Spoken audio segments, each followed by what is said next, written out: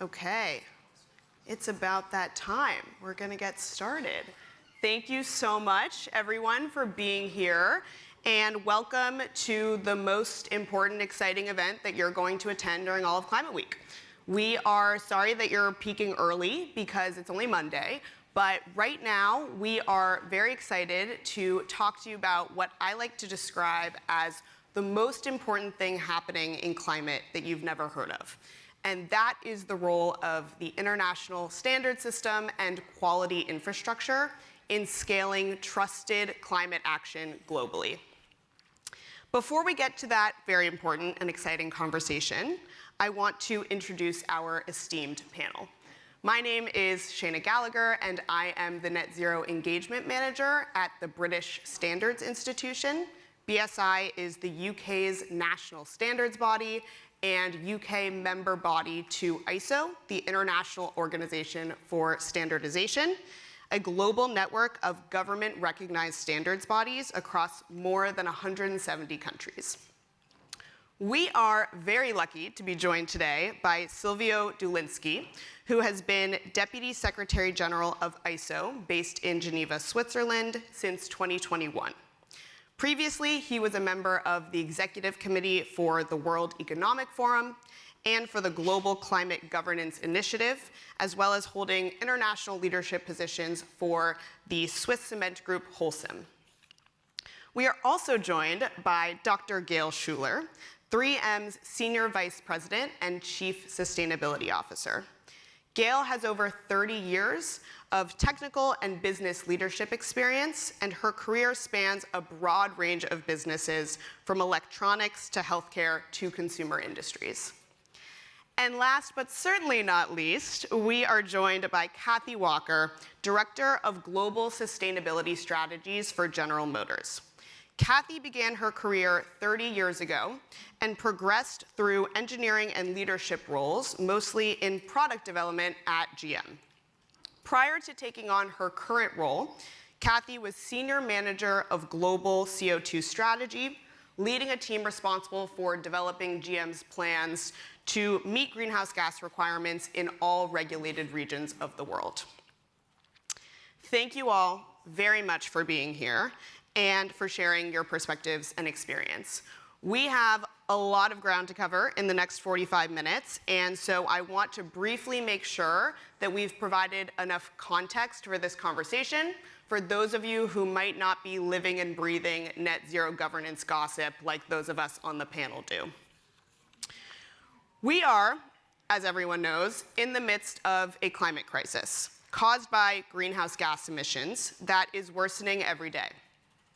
The science clearly tells us that to avoid climate catastrophe, we need to get to net zero emissions by 2050 or sooner to limit global average temperature rise to well below 2 degrees Celsius, in line with the Paris Agreement. But what I think everyone in the audience does know is that we are not on track for that. And so one of the biggest challenges to climate change and the net zero transition is, if all of the organizations, if we need to get to net zero, then all of the organizations in society need to get to net zero too. And that transition is not going to happen on its own. That is what we are referring to when we speak of net zero governance. Now, to date, much of the progress that we've seen around net zero governance and organizational net zero action has been generated by voluntary efforts with a lot of momentum and emerging best practice coming from nonprofit organizations, frameworks, and campaigns. This important mobilization has gotten us to this point. It's gotten us to today, this conversation, and an entire annual week dedicated to business, governments, and civil society that are all eager to take action on climate. However, this has also gotten us to a proliferation of initiatives and frameworks that cover different aspects of the net zero transition. So for example, we have the Science-Based Targets Initiative for net zero target setting. We have initiatives like the Greenhouse Gas Protocol, which is a framework for measuring emissions. And the IFRS, or ISSB, sets standards for climate-related disclosures and reporting. And the list goes on. And so organizations that want to take net zero action can be left to piece together this fragmented landscape, often called the alphabet soup of net zero frameworks. According to the Net Zero Tracker's 2023 report, just over 1,000 of the world's largest businesses have set a net zero target. That is a very tiny fraction of all of the organizations in the world. And this same report tells us that of the organizations that have set a net zero target, fewer than 4% of them have net zero strategies in place that would allow them to achieve their goal. And so, the question is, how can the net zero transition and the real economy's transition to net zero be scaled, accelerated, and governed in a way that is trusted and independently verifiable? Okay, stage has been set. Thank you for bearing with me. Let's get into it. If I could ask all of our panelists to please share who you are, what your organization does, and what you view as the biggest barriers to the net zero transition today. And Silvio, I'd like to start with you. Thank you, Shanna. So I think, thanks for the very generous introduction. My name is Silvio, originally from Brazil, so a country that you can imagine very sensitive. I am very sensitive to the climate and the forest situation that we have in my country. And I've been working with ISO for 3 years now. ISO, as the International Organization for Standardization, the way that we see is to be a platform where all other standards development organizations can collaborate, and so that we can really ensure that stakeholders from private sector, public sector, can have the convergence that is necessary. I used to be a CFO before, and the last thing that we want as responsible decision maker on a company is to have to comply with more than one standard for the same thing, right? That doesn't make sense. It creates inefficiencies, don't need to explain to you why. So I think we are working together with the other organizations that Shanna has mentioned, GRI, IFRS, JGB, actually during this week and ongoing, having discussions with them to look how do we work towards convergence, having single standards, so how can we offer to the world a single harmonized set of climate and sustainability standards. It's not important, in climate is fundamental, but there are many other areas when we come to biodiversity, water management, there are several other areas that is equally important that we work towards that convergence. And in terms of ISO, I think what is maybe unique in the case of our organization is that we are, if you will, a federation of national standards bodies. There are 170 national standards bodies, organizations that are not for profit from these countries, that the government has appointed that organization to be participating in international standardization activities. So these 170 national standards bodies, they appoint experts to then participate in the technical committees and develop these standards. And once that international standard is developed, through a consensus building that usually takes 2 to 3 years. And why it takes long? Because you need to give time for these organizations to go back to their countries, do the consultation with their constituents, come back with comments, we address those comments, then go back to their countries. The consensus building is what builds the legitimacy of these international standards. But once we are there and we have these international standards, these 170 countries, they can take that international standard and nationally adopt. That means to translate to their language, go through their constituents to see if it reflects the reality of their countries, if they feel comfortable in adopting that international standard as the national one. And once it's adopted as the national standard, it is the basis for the regulators and policymakers to complement how the regulations will be implemented, right? It's like then they become a tool for implementation of the policies of those countries. Why this is important? Because, for example, this last week, we launched with UNDP the guidelines for the Sustainable Development Goals. In 3 months, these guidelines for Sustainable Development Goals will be adopted nationally by more than 30 countries. It's a very speed process to achieve scale globally. And that is something that we profoundly believe that is very important in view of the sense of urgency that we have when it comes to climate. I think I'll stop here. We'll have more time. We'll have more time. Thank you. All right. Gail, can I please turn to you if you could once again share who you are, what your organization does, and what you view as the barriers to the net zero transition right now? Okay, so we've established I'm Gail Schuler. I have a PhD in material science. I'm trained as a physicist in undergrad, so I'm coming at it from a scientific perspective. And while we certainly have tremendous challenges ahead, I might surprise you by saying I'm actually pretty optimistic from a technical perspective, because from my view, the biggest challenge is taking action. So 3M has been at this for a long time. Sustainability has been a long-term priority for us. Since 2002, we've reduced our Scope 1 and 2 emissions more than 80% and more than 40% since 2019. So we're well on our path for that reduction. We've just recently been validated with a near-term SBTi validation for Scope 1, 2, and 3 for 2030, and we're moving forward on all of that. We've taken this approach with the math, path, and plan, and what that means is any goal we set out, we need to understand what the key technologies are, what the timeline is, the investment, and what it's going to take to do that.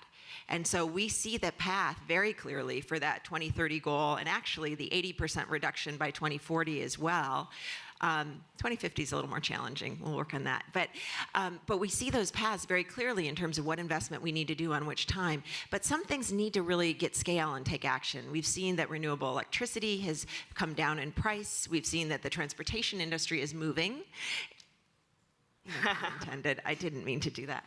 Anyway, there's a lot that's happening, and I guess the point is, don't get caught up with the naysayers, but pay attention to the technologies, pay attention because it's all going to be about the science and taking advantage of that, working with urgency, but always in collaboration with others, because if we each look at it on our own separate ways, that we won't get there. But I think we can do a lot if we work together because the technology is moving fast. Mm-hmm.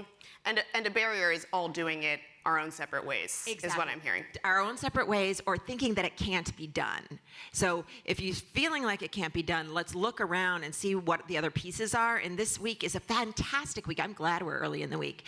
Yeah. This is a fantastic week to be coming together and learning what other companies and other organizations are doing, because they may have the missing pieces to your puzzle, and you may have theirs. So that's what I find most valuable about Climate Week in general. Thank you. Yes, we will come back to that. All right, Kathy. You're up. Thanks, Shana. I'm Kathy Walker. I'm the Director of Global Sustainability Strategies at General Motors. And if you don't know, General Motors has cars and trucks. And so the biggest thing I think that we're faced with is the biggest part of our carbon footprint is Scope 3, Category 11, use of sold products, which is our vehicle emissions. An all-electric vehicle future and a clean grid is what we need to achieve our net zero. And it's very challenging in this space because it's not something that we can control. There's a lot of things at play. There's customer adoption, there's the infrastructure for charging, there's the policy related to tax rebates for consumers, everything that's beyond our control. So my team that's responsible for our net zero goal and disclosures and the report and a bunch of other things, we're really focusing on what we can control. And what we can control is within our internal operations, like our energy efficiency, doubling down on renewable energy, just really trying to move forward. And that's what attracted us to the ISO Net Zero guidelines, is do everything you can internally to decarbonize. And that's when we started working with Shana and her team. Another barrier I see to net zero is just the fact, kind of how you mentioned, is there's so many frameworks. I feel like we're spending too much time trying to figure out how to show our progress and what good net zero works and looks like, that we're not actually having action. It's spending all that time doing almost kind of administrative accounting, trying to figure out and explain to legal what's real, what's not real, really getting the credibility behind it. Just to be clear, I didn't say it would be easy. No, certainly not. We need to get on. Certainly not.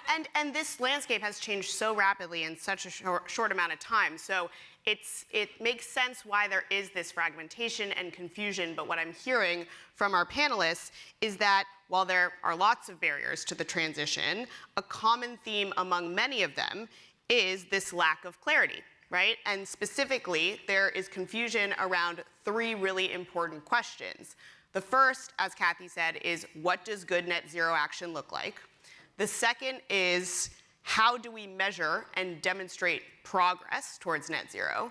And the third is who do we trust to verify which organizations are taking credible net zero action? And so today's panel is ultimately about helping everyone in our audience and everyone in the climate community to understand the role of international standards and quality infrastructure in overcoming these specific barriers. And ISO standards, as an example, are designed to provide clarity, trust, and accountability to the market.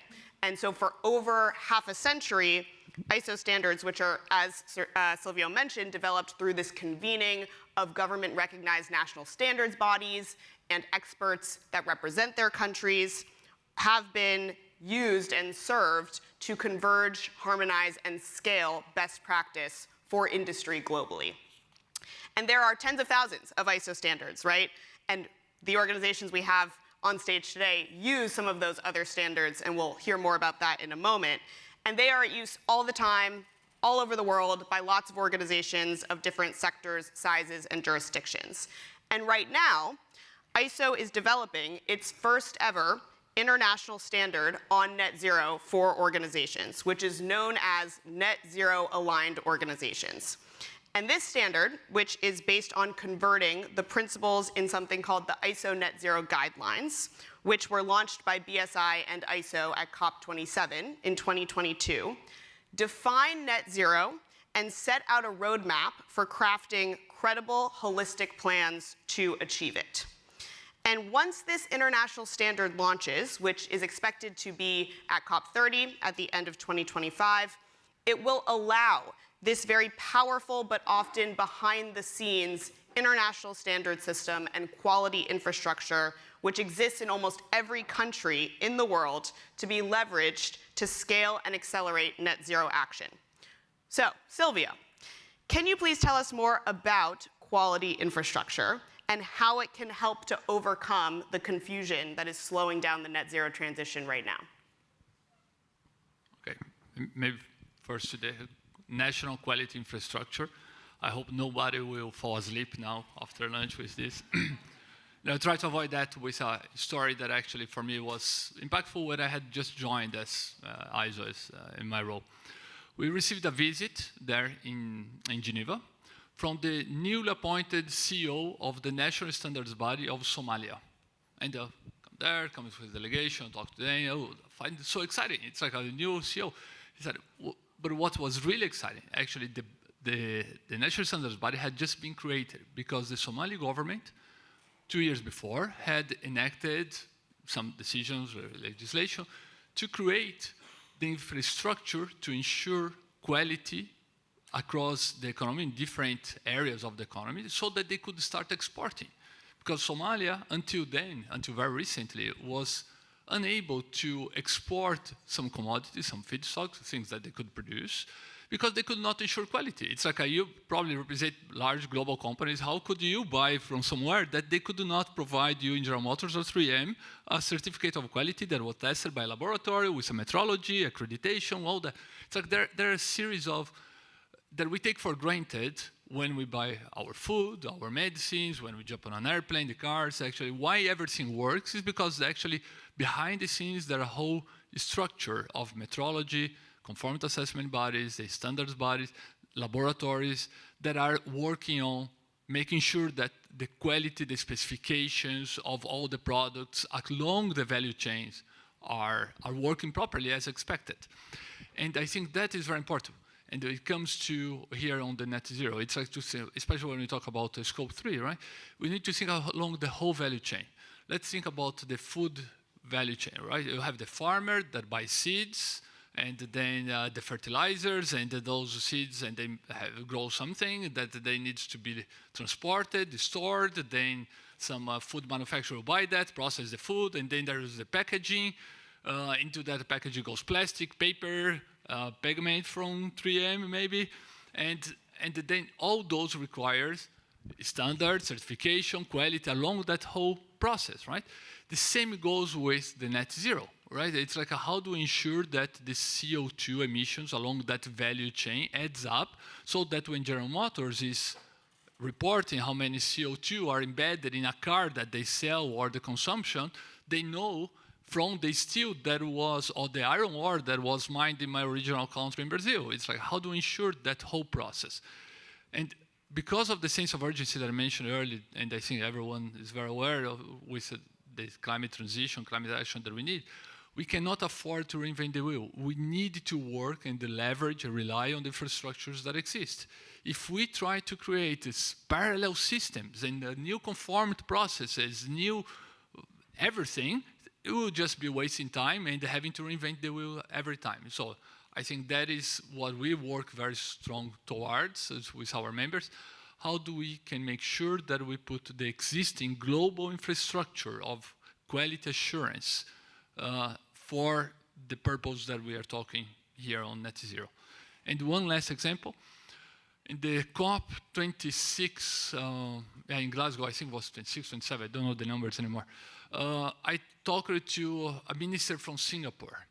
And she was mentioning to me that Singapore made a commitment in 2040 to be a net zero country.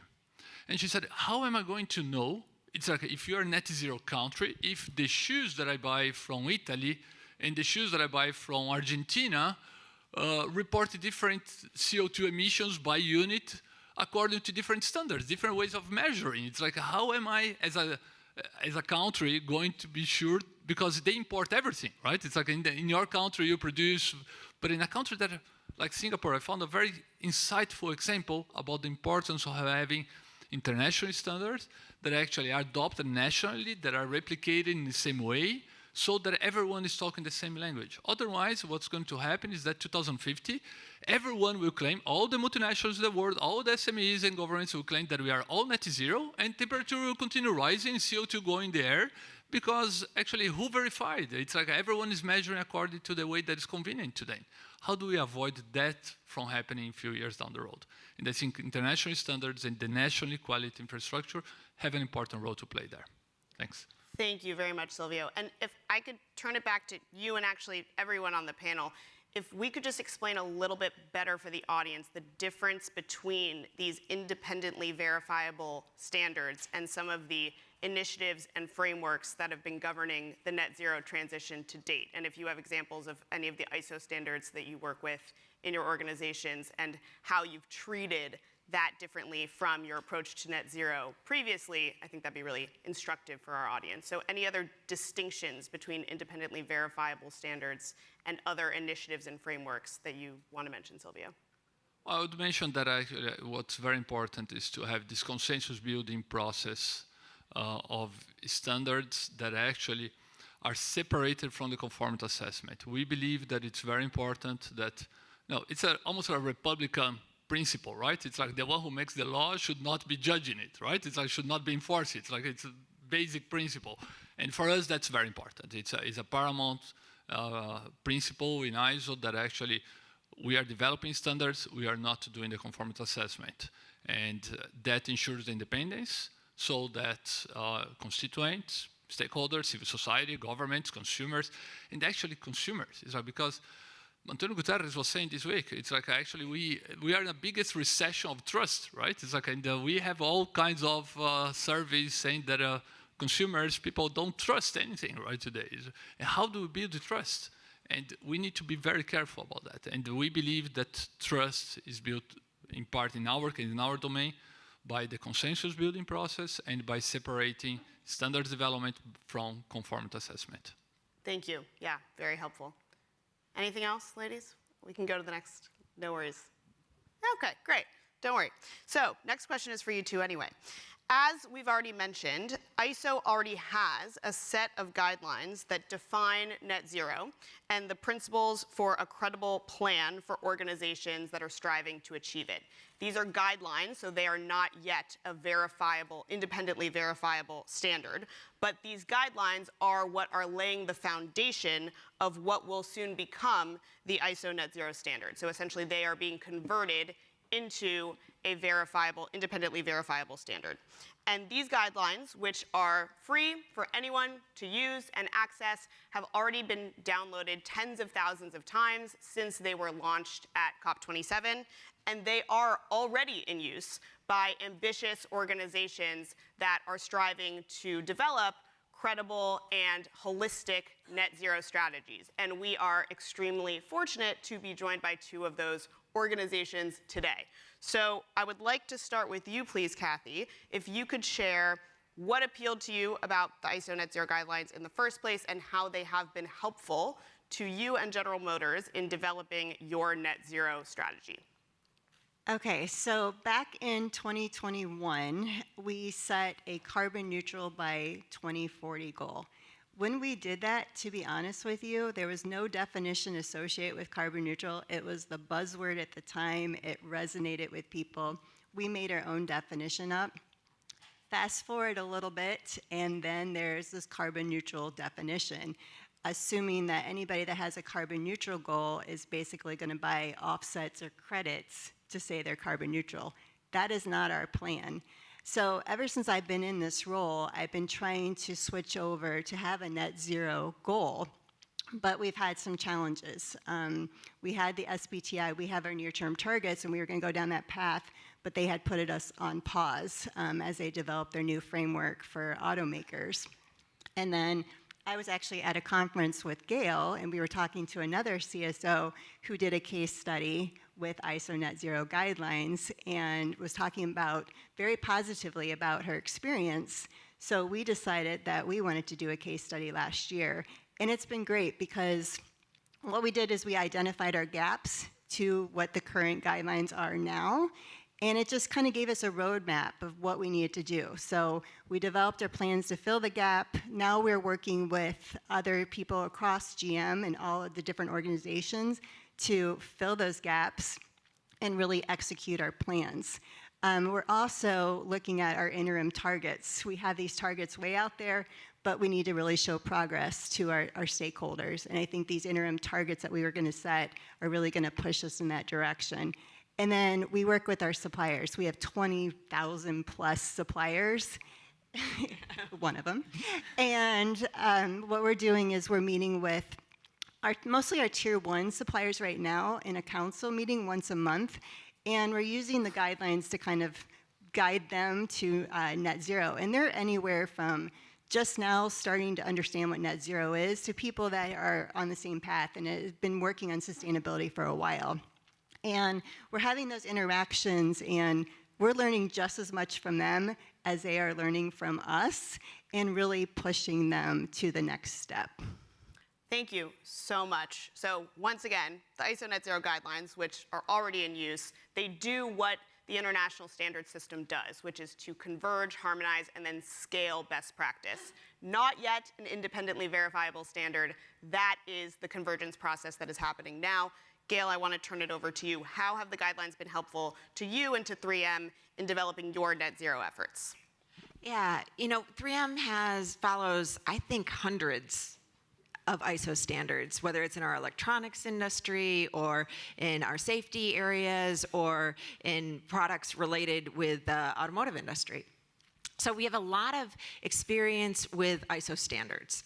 And that's actually powerful because when I go to my management and I pick up maybe a different alphabet soup from the sustainability space, they don't know what that is. But if I say ISO, they know.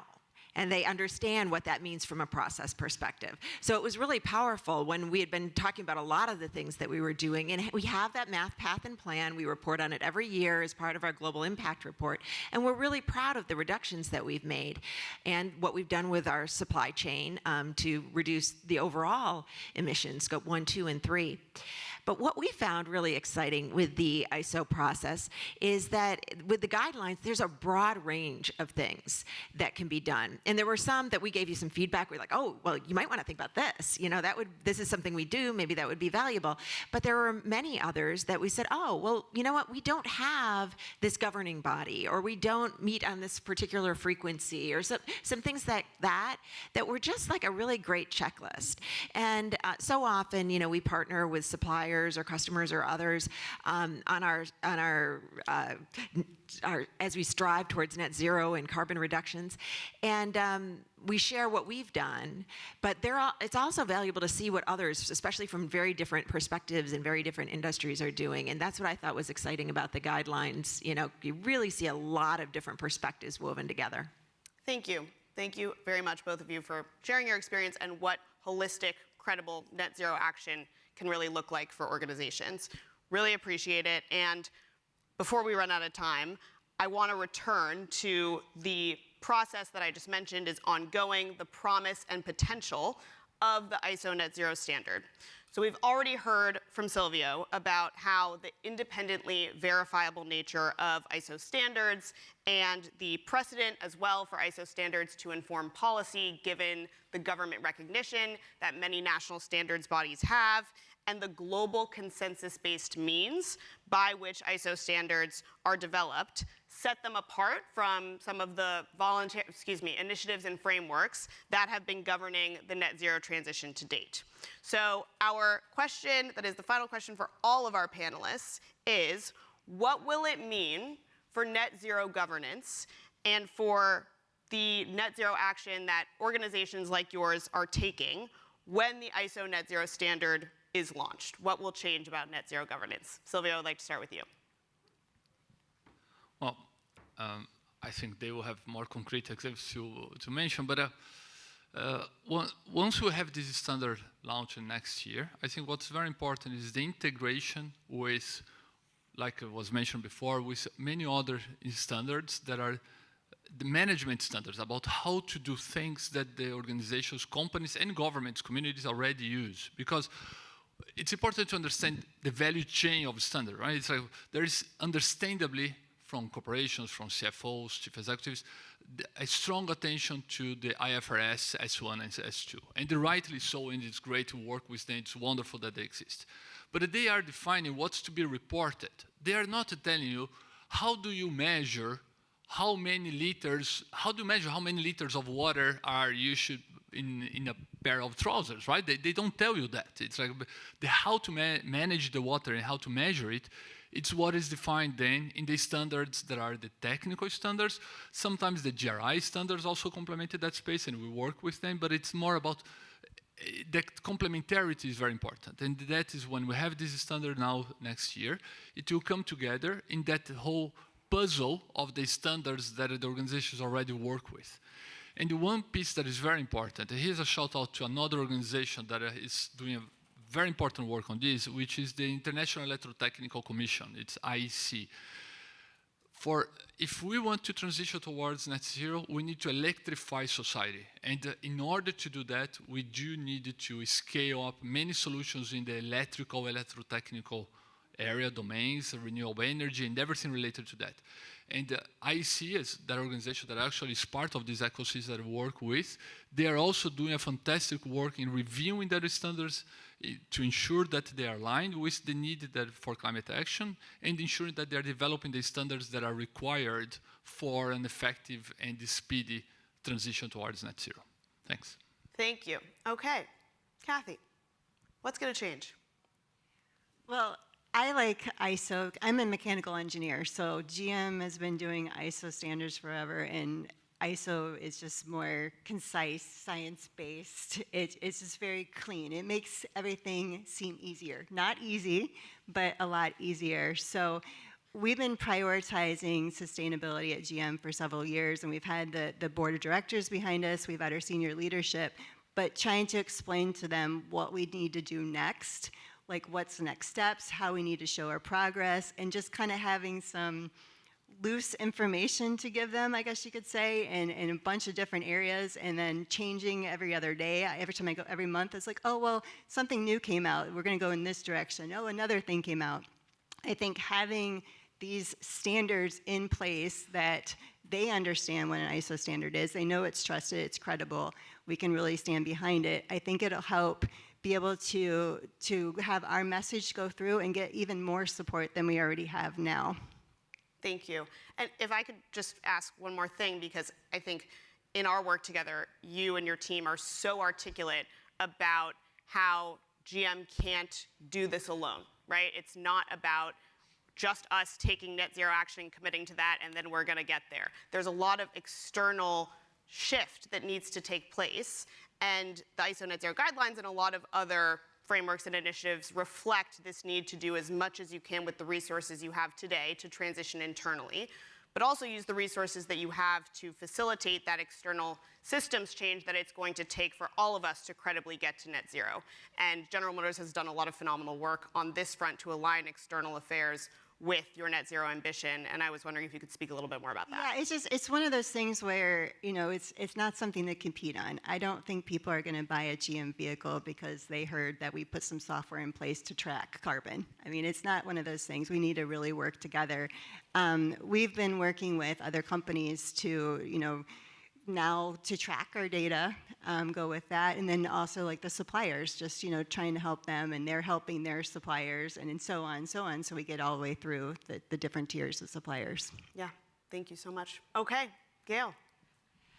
Well, when it comes to sustainability, many of you have heard me say that there's really 3 key things to keep in mind. It's about science, it's about collaboration, which we've talked about, and that's really how the ISO standards get finalized. How it becomes a standard is that collaboration between so many groups. So science, collaboration, and urgency.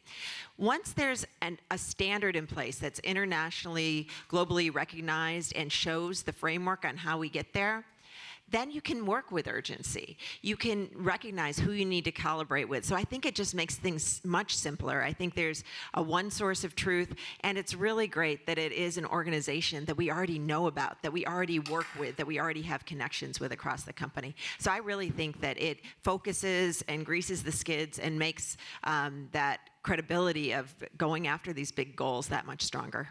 Thank you. Thank you very much. Okay, so hopefully, this panel has helped everyone in our audience and everyone watching from home to understand how consequential the ISO net zero standard development process is.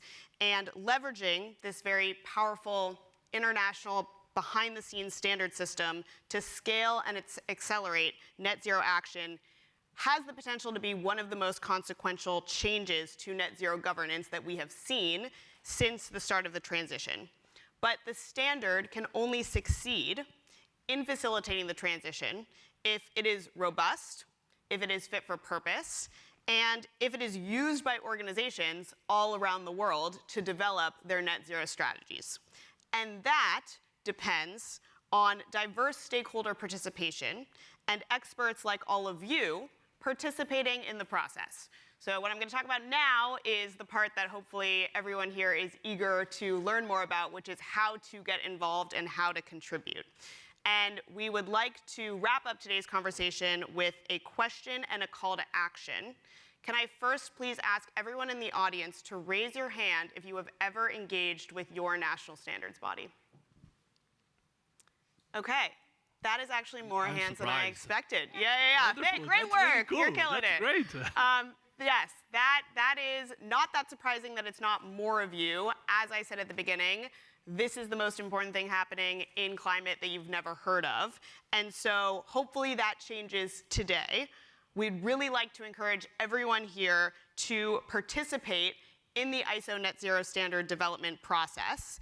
And that is something that everyone is able to do. There are 2 ways to do so, and I'm going to talk about them both now. And if we could get the QR code up on the screen to help folks look at that. Beautiful. Okay, so there are 2 ways to do this. The first is to contribute to the public consultation on the draft standard, which will happen next year. And the second way is to contact your national standards body and join the National Climate Change Management Standards Committee in your country that is helping to develop the ISO net zero standard and to engage in climate change standards more broadly. The ISO net zero standard development process, as I've mentioned, is going to continue between now and when the standard is expected to launch in just over a year's time. So once again, QR code on the screen. That will tell you more about this process and how to get involved. And I expect to see every single one of you back here at our event next year, having joined your national standards body and knowing exactly what acronym, additional alphabet soup you can confidently call your national standards body. So to wrap things up here, a little bit early, amazing. We might even take some questions if there are some. The climate crisis is upon us, and we do not have time to create new governance systems if we are to succeed in reaching net zero by 2050 and in reaching the goals of the Paris Agreement. So really thank you so much to our panelists for helping to explain the power and potential of leveraging the international standard system and of leveraging quality infrastructure, and for demonstrating what ambitious, credible, holistic net zero action looks like. If we could please have a big round of applause for our panelists.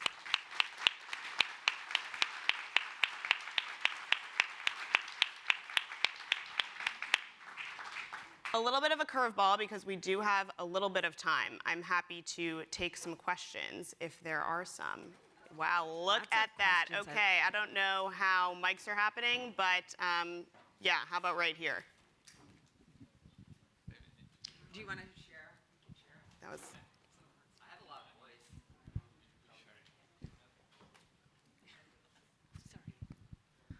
Hi, thank you. I'm Saman from S3 Markets. Nobody gets to net zero until we all get to net zero, right? There are commodities that represent the root source of emissions that are baked into everybody's Scope 3 footprint. Ammonia, cement, steel, all those other things. How then are your individual organizations, as well as how's the the standard setting body thinking about system level interventions without which nobody gets to net zero? Yeah, sure, go ahead. I'll go ahead and start on that. Others may have comments. At 3M, when we think about addressing climate challenges, first one, climate change mitigation. This is about reducing emissions. This is about how making vehicles have a better distance, have a better carbon footprint. It's about electronics being better. It's about all of those things. How can we mitigate? How can we reduce the carbon that we're doing? Second one is about adaptation. I'll leave that to the side for now because that's a little bit different from your topic. But what we're really leaning in on now, and there's one of my colleagues is coming around who's a great expert in this space, is really on climate tech. And trying to, from what I understand and where we're prepared to lean in, is really on materials that help with things like carbon capture, that help with solutions like how we move towards a hydrogen economy, help radically change the way greenhouses work. So a lot of different things like that we're really trying to lean in on and just jump and leapfrog the way things are done. I think we have certainly major challenges. It's a great question, actually, but major challenges. But if we can have the emerging economies of the world leapfrog some technologies and skip some of these ones that have higher carbon emissions in favor of ones that are lower, we can do a lot that way as we find ways to capture, maybe it's not the best word, but capture carbon and redeploy that for future. And same thing with us. We've looked at carbon capture and opportunities with that. We've also focused a lot on materials and joining other coalitions to signal demand that we need lower emissions materials like steel and aluminum and plastics and the recycling and circularity of everything. It all has to come together, but you're right. It's more than just what you see on the surface. There's a lot behind it. And did you want to answer, or can I?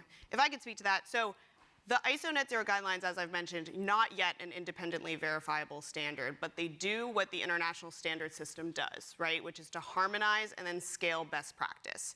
What that means in part is that there's actually no new methodology in the ISO net zero guidelines. We're not creating anything from scratch. There's no new methodology. It reflects best practice that has been normalized in the net zero governance ecosystem already. And that includes an increasing recognition that credible net zero action means aligning your external affairs, as I mentioned, with your net zero targets. Because we need to be facilitating a technological and legislative shift that is going to enable the transition to net zero so that everyone can come along with us, right? Having ambitious, high-integrity organizations like GM and 3M get to net zero on their own is not going to mean that we succeed in achieving net zero. So again, the principle here is that external affairs alignment with your net zero target is crucial to being a credible net zero actor, and that's reflected in the guidelines and will very likely be in the standard as well. Next question. Yeah, how about right in the middle here? Hi, my name is Teresa Lang from A New Climate. Following up on your last question, or your response to the last question, you're talking about the net zero guidelines, you're trying to get people more involved in the standard development. I'm curious if, and one thing you said was the guidelines are harmonizing best practice on net zero. Well, I would argue it also is basically Science-Based Targets Initiative was one of the only ones that was really kind of putting forth the best practice there, or what's being called as best practice, and the guidelines really echo almost all of what SBTI says. There's a growing number of people and companies who are saying, okay, well, maybe there are other routes to net zero. I'm curious how much the net zero guidelines could ultimately differ from the net zero standard you end up getting to, right? You're encouraging a lot of engagement here, but if we actually are just taking the guidelines and making an auditable standard, what are we all engaging for exactly? So I'm curious if you could speak to that a little bit more, because that's a question I'm hearing from a number of stakeholders I'm working with, and we would like to get more involved as well, but understanding that path of travel I think would be really helpful, because if it's just anointing one framework, that's not quite what ISO typically is representing. Absolutely, and such a good question, also getting asked this all the time. The answer is that I can't tell you. I have no idea, because I am not BSI, I am not ISO, and nor does Silvio, nor do any of the individual experts who join their national standards committee.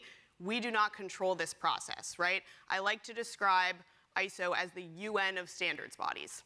And probably a lot of people here follow UN negotiations as well, and you'll know that they are long, they can be tense, they can be fraught, but they ultimately lead to, in theory, this is how the governance works, the best outcome for the stakeholders that are involved in the process. And so, again, it is a consensus-based, expert-led, global negotiation to develop this standard. And the guidelines, they exist. They're not going to change. They are being converted and will change in important ways between now and when the ISO Net Zero standard launches, again, hopefully by COP30. It is impossible for me or anyone to say exactly what those changes will look like, but that is why BSI and ISO are participating in Climate Week NYC for the first time now, while this process is going on, to raise awareness to everyone here and encourage you to participate in the process, because it is happening and it is very consequential, and the standard will launch soon, and in order for it to succeed in helping to scale and accelerate net zero action, as you're implying, it needs to be fit for purpose. But it also needs to be ambitious and high integrity and help us to actually meaningfully reduce emissions, right? So really what I would say to you is get involved in the process if this is something that you care about and is meaningful for your clients and your stakeholders. Silvio. Can I compliment? Please. So first, there's a commitment from the leadership of those technical groups not to reduce the ambition when you go to international verifiable certifiable standard. I think that's very important, because when you look at the ambition, all the definitions there, it will not be reduced. Second, the difference is not that, as Shanna mentioned, it will not change the definitions, what needs to be there, the just transition. What will change fundamentally is that when you provide guidelines, you're providing principles of what needs to be done in broader terms in order to make that journey. But because you didn't have the objective to make it certifiable, you did not define which evidence needs to be provided in front of an auditor when you are going to make the claim. That is the main difference. So now when you have the auditable one, the certifiable one, it will define which evidences are required, what must be done, and what should be done. And that is the main difference to the new standard that will be there. It will not change fundamentally the definitions, the science that's embedded in it, but rather how do we fight greenwashing? I think that is the main point. It's like how, if we want, it's like that achieve something meaningful, we need to fight the greenwashing, and then people need to prove what they are claiming. Otherwise, well, it's something that we all know about. It's like, and that is what will change. It's like what must be done to avoid the greenwashing. Okay? I think that's a really good note to end on because it's about preventing greenwashing, but it's also about providing clarity to overcome green hushing or green stalling, right? And I want to once again commend General Motors and 3M for being on the panel today talking about the work that they do, because without that lack of clarity of what does good net zero action look like, it can be much easier to criticize than to celebrate and reward the work that is being done. So thank you once again to our panelists and to Silvio for being here, talking about the promise and the potential of this conversion process that is happening now. Once again, you can get involved by scanning the QR code on the screen, and I will be around for the next many hours if you want to ask questions that you didn't get to today. Thank you so much. One more round of applause, please. Thank you. Thank you very much. Okay. Great job.